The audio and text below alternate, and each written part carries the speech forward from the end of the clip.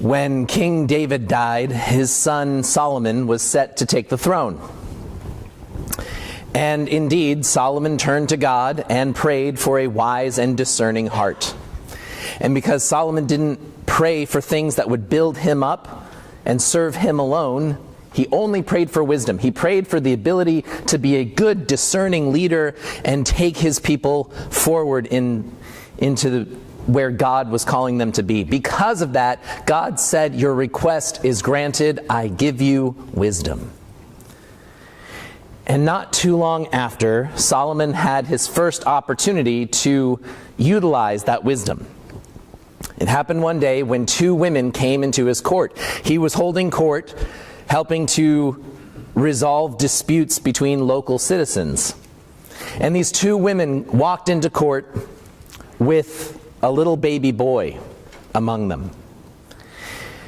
And the first woman said, Your Majesty, I need your help because this woman and I, we both gave birth to baby boys at about the same time, but hers died, and now she's trying to take my son as hers. And the second woman said, No, Your Majesty, no. It's this woman. Her son died. And now she's trying to claim that my son is her son. Help me. You have to help me get my son back. Make her give him back. And King Solomon took all this in, and he thought about it. He saw the crying baby boy.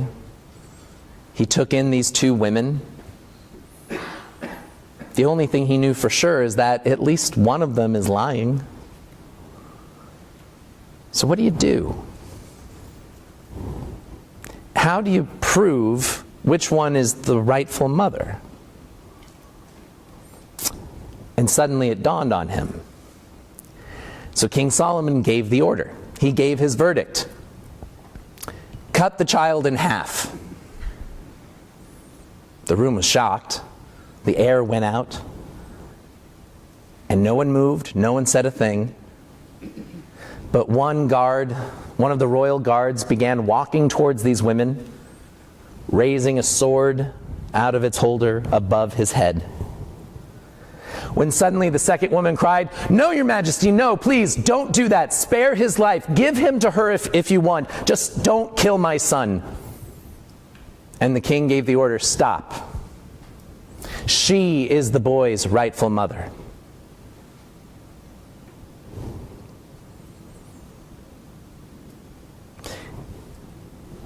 These two women had everything in common. They were living the same lives. Both of them without any power of their own, living in a society dominated by men. They both gave birth to baby boys at about the same time. They had everything in common. What caused them to turn on each other? And while this story, while the details of it are not something that anyone in this room can relate to, I hope. Prayers with you if you've ever been in this situation. This is a story about each and every one of us.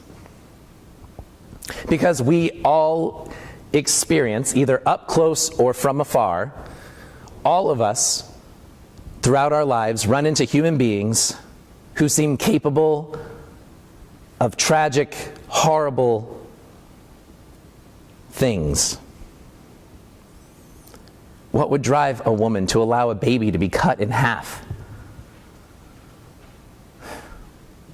This is not a relatable story, but it is a story about all of us. Because see, what happened to this woman was that her brain was captured by scarcity. A scarcity mindset had hijacked her thinking, so that she wasn't concerned about the harm or the damage, the lives lost. She wasn't concerned about what would happen to other people. She simply, in the death of her one baby boy, she suddenly had this sense of, oh my God, I have to provide for myself any way I can. I have to find a new son any way I can, and I don't care who I have to hurt. I don't care what I have to do.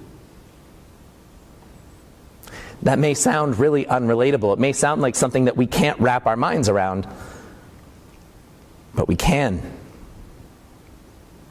See, scarcity, it's defined as the gap between limited resources and limitless desire. Anytime we have limited resources, resources that can be used up in some way, and we have a limitless desire, there's a gap, and we call that gap scarcity. And what a couple economists and psychologists have proven, what we know scientifically to be true, is that scarcity does something very particular to the human mind. When we are facing scarcity of any kind, it consumes our thoughts. This has been proven. This is just how our brains are naturally wired. When you don't have enough of something, your brain focuses on that thing, on the thing that you don't have enough of. And you can't see outside of that tunnel vision. It traps your mind. It imprisons your way of thinking. And one of the really negative aspects of this is it becomes a self-fulfilling prophecy. It becomes this endless loop where you don't have enough of something, but all you can think about is the thing you don't have enough of.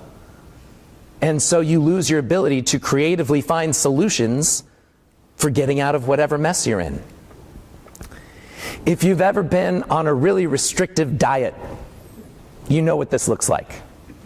For at least the first few days or first few weeks, you become obsessed with the food that you can't eat, right? It's all you can think about. If you've ever lived on a shoestring budget, on just the most basic budget, you've encountered this. You know what this looks like. You don't have enough money. And so you become consumed with the cost of everything. And you also simultaneously become convinced that only money can get you out of whatever fix you're in. Right? Is this making sense? This is scarcity. This is how scarcity works. It's been scientifically proven. We're all in this boat together. Each and every one of us have had our mind captured by scarcity at one time or another. I'll give you a few other examples. Food scarcity. Food scarcity. There's a significant percentage of children right here in Kittery, it might be as high as 30% of children in Kittery, who experience food scarcity. They don't know where their next meal is coming from. So they have this very limited resource in food. And they have this unending need to be fed. They have this hunger. And again, scientifically, what we know to be true is that children who live with food scarcity, they can't learn the way other children learn. Because even if they're at school where they get free breakfast and free lunch, even there, they are sitting in class and their brain is obsessed. It is captured, focusing on wondering where their next meal will come from. Food scarcity, that's how that works. Many of us face time scarcity, a scarcity of time. And in the particular moment in which we live, we experience this on at least two levels. We experience this on the personal level and on the planetary level. In our personal lives, many of us oscillate between feeling like we are wasting our time and feeling like we don't have enough time to live our lives. When we are trapped by time scarcity, that feeling that there just isn't enough time, we are spread thin between any number of responsibilities, things that call our attention, people who need our help. We have overflowing schedules and insanely populated calendars. We stretch ourselves thin, and so there's never enough time. We don't have time to do anything. And so then when we find that one afternoon off or that one relaxing evening, we are so trapped in that scarcity mindset that even when we have the opportunity to enjoy our time, a lot of us will wake up the next morning feeling like we wasted that time because we didn't get anything done. Do you see what I'm saying? Is this making sense? That's a scarcity mindset. It's a particular way of thinking. It's how we are biologically set up to think. At the planetary level, here's what we're seeing. Just a few weeks ago, the United Nations published a report about climate change. And they said that we have maybe about a decade to begin reversing the effects that humans have had on our planet, before we reach a point of no return where the planet will become slowly uninhabitable for future generations. We have this time crunch of 10 years to do something, to do not just something, everything, to totally revamp and re-envision how we live our lives and how our economies are set up. Ever since that report came out, I have encountered many, many people, myself included, who feel powerless to do anything about it. And so we despair.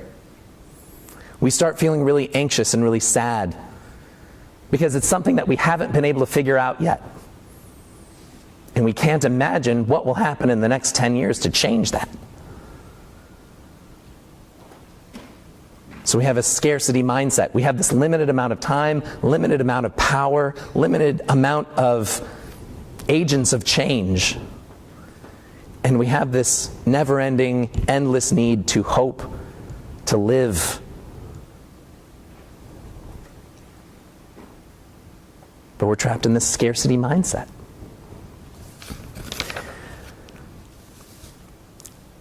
Not only is one of the negative effects of scarcity that it is a self-fulfilling prophecy, not only does it just enhance and it really makes the problem exponentially worse on its own. Not only is that a negative consequence, but the other negative consequence is, imagine if we weren't talking about thinking. Imagine if we were talking about prisons, right? If you were each trapped in your own prison cell, it would be very difficult for you to communicate or connect or find sympathy with someone in a different prison cell. And that's the same thing with scarcity. When you are trapped in your own mindset of scarcity, when you have your thing that you are focused on not having enough of, it makes it really hard to communicate with people who are obsessing over something else.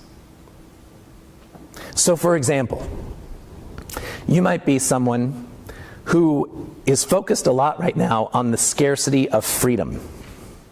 You might be really, really concerned with the rapidly fraying freedom that you experience in your life. You're being told all the time that it's not okay to talk the way you used to talk. You're being told all the time that it's not okay to think the way you used to think or to act the way you used to act. And when this is your experience in the world, when you're just faced with this lack of ability to do what you want when you want, to provide for your family, you get trapped in a scarcity mindset. And suddenly, your freedom becomes the most important thing to you. And you don't care what you have to do to preserve it. You don't care who you have to hurt or what disastrous, diabolical things you have to do. Meanwhile, you might be a person who experiences a scarcity of safety. In our country, this last week has been horrifying, but especially so for marginalized people, especially so for our trans and lesbian, gay, bisexual siblings, especially for people of color, especially for our dear beloved Jewish brothers and sisters, for women, for public servants who receive bombs in their mail. For so many, there is this rapidly growing sense that all the things that we used to be able to count on to provide safety for those who are least powerful in our society, it's going away. Do you see how these two things can be in contrast? Do you see how somebody who's stuck in the scarcity mindset of safety and somebody who's really just focused in on their dwindling freedom, do you see how that might create some problems in our society? Just a bunch of people doing whatever they have to do to get by, not caring about the effects that they have on someone else. They become convinced that no matter how horrific their decision, there was just no other way to do it. A point of privilege. You will never hear me from this pulpit talk about acts of violence as being committed by crazy people. You'll never hear me say it, because I know a lot of mentally ill people. I have people in my family with cognitive disabilities. They don't do things like what we saw in Pittsburgh yesterday. These may be acts of madness. They may be violent acts that we can't understand, but people don't do it for no reason at all. People do it because they are so afraid of the world that they have convinced themselves the only way that I can provide for myself is killing beloved Jewish people during a bris in a temple.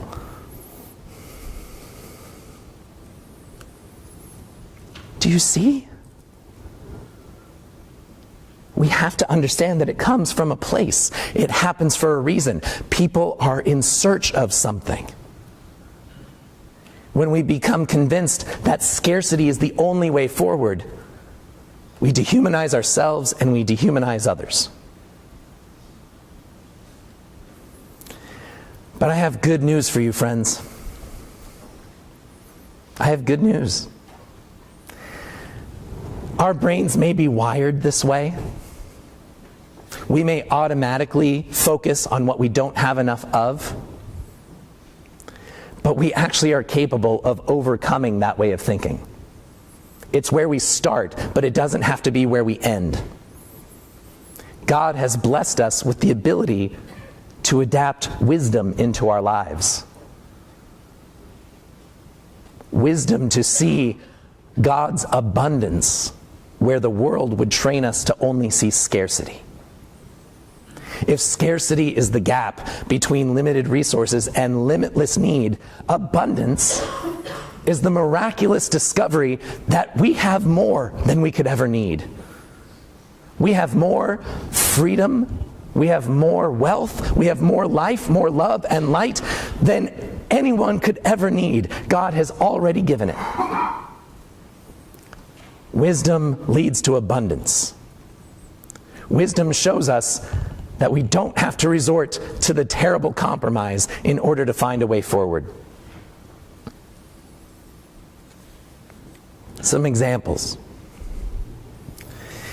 Thanks to wisdom teachers such as End 68 Hours of Hunger and Footprints Food Pantry, we know that food scarcity isn't caused naturally.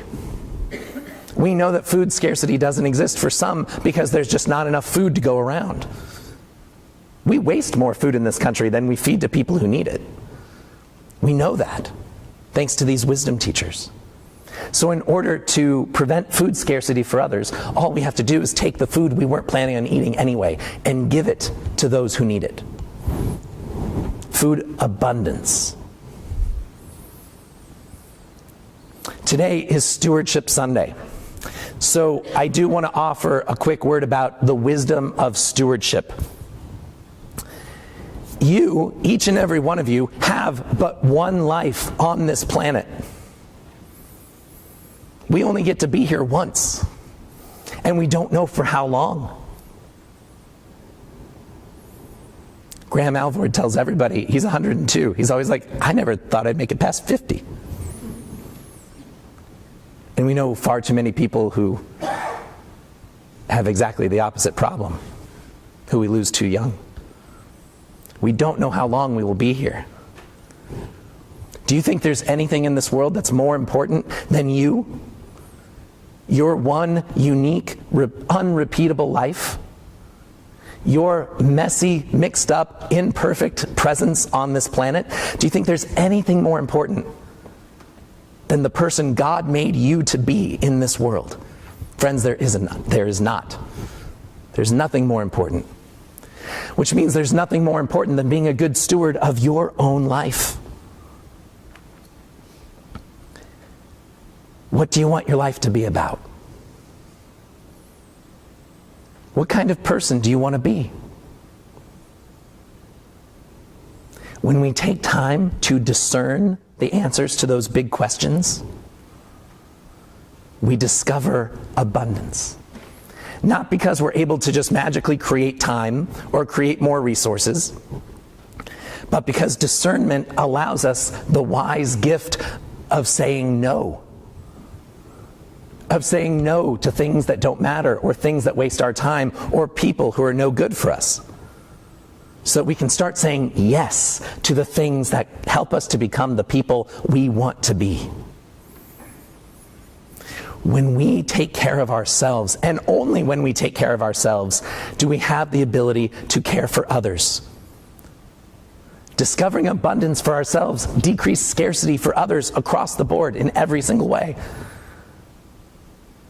The man who burst into that temple yesterday would not have done so if he had had a community of people who could love and care for him and teach him how to love and care for himself, rather than blame others for his problems.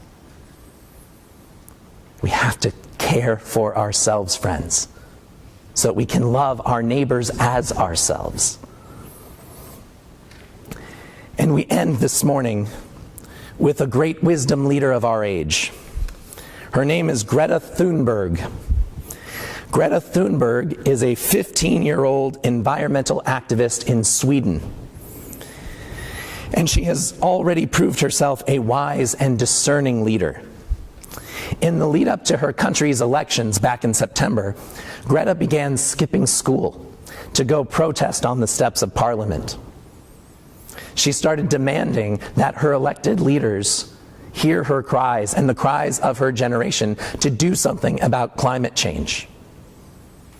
And her work resulted in at least one gathering of thousands of people outside Parliament, where she gave this speech, and she gave it in English. It was so impressive. This young woman speaking in perfect English, and this is what she said. Why should we be studying for a future that will soon be no more, when no one is doing anything whatsoever to save that future? Some people say we should be in school. We should study to become climate scientists so that we can solve the climate crisis. But the climate crisis has already been solved. We already have the facts and the solutions. All we have to do is wake up and change.